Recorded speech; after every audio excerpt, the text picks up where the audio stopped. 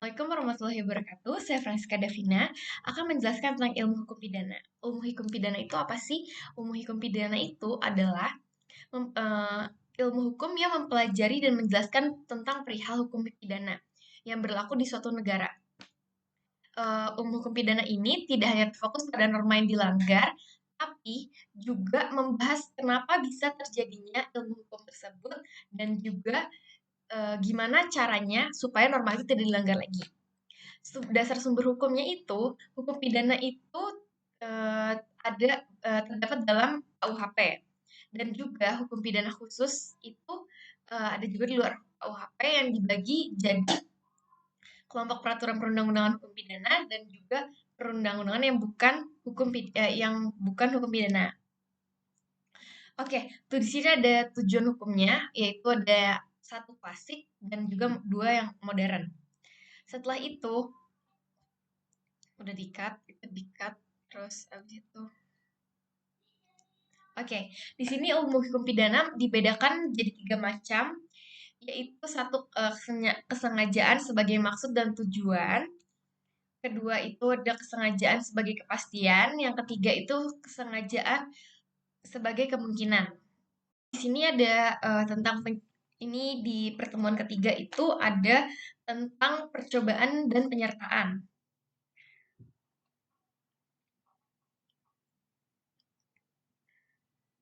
Pengertian percobaan dari beberapa ahli hukum itu menurut Jan Remeling dalam bahasa sehari-hari percobaan itu dimengerti sebagai upaya untuk mencapai tujuan tertentu tanpa keberhasilan mewujudkannya. Upaya tanpa keberhasilan. Dan menurut Pompey sendiri, guru besar dari Utrecht, jika kita mengikuti jalan di atas percobaan itu melakukan kejahatan dapat digambarkan sebagai suatu tindakan yang diikhtiarkan untuk mewujudkan apa yang oleh undang-undang dikategorikan sebagai kejahatan. Dan ada juga menurut John Kers ada dua alasan sebagai pembuat undang-undang untuk memberi pidana percobaan melakukan tindak pidana dalam umumnya itu. Yang pertama itu pemberantasan kehendak yang jahat yang ternyata dalam perbuatan-perbuatan, yang kedua itu perlindungan terhadap barang hukum yang diancam dengan bahaya.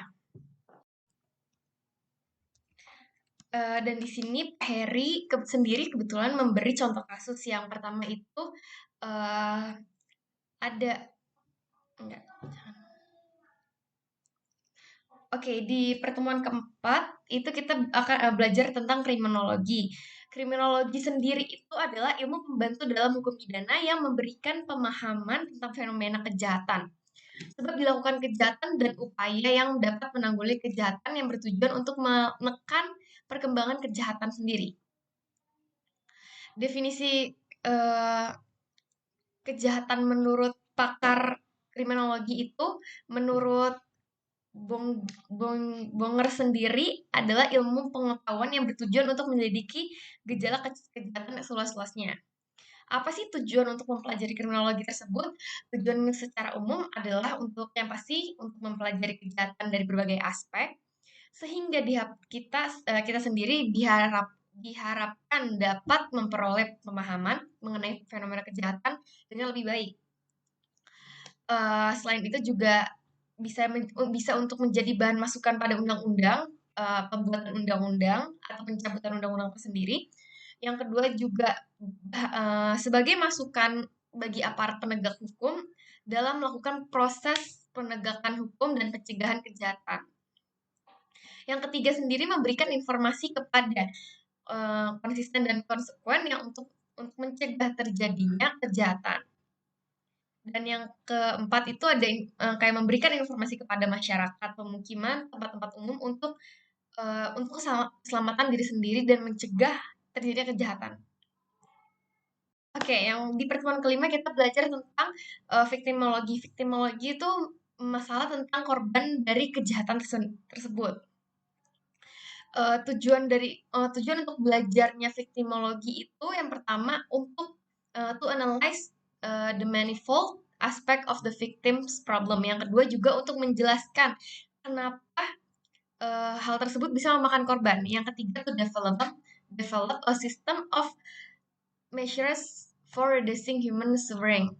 Itu dalam keseluruhan viktimologi itu bertujuan pertama yang saya jelaskan adalah menganalisis berbagai aspek yang berkaitan dengan korban. Yang kedua juga berusaha untuk memberikan penjelasan sebab bagaimana terjadinya viktimisasi, dan yang ketiga itu mengembangkan sistem terjadinya guna mengurangi penderitaan manusia. Dalam proses pertumbuhannya, viktimologi itu mendekati masalah tindak pidana dari tiga segi, yaitu dari segi peranan korban, yang kedua dari perlindungan hak-hak yang terabaikan, yang ketiga juga perlindungan hak-hak korban yang tidak saja sebagai akibat tindak pidana konvensional seperti kayak pemerkosaan dan penganiayaan. Oke, pengelompokan korban di sini menurut Selin dan Wolfgang itu ada korban yang berupa individu atau perorangan yang bukan kelompok. Yang kedua itu korban kelompok. Misalnya kayak badan hukumnya dirugikan, itu termasuk dengan badan hukum. Yang ketiga itu korban masyarakat luas. Yang keempat itu juga ada korban yang tidak dapat diketahui. Misalnya kayak konsumen yang tertipu dalam suatu produksi kayak gitu.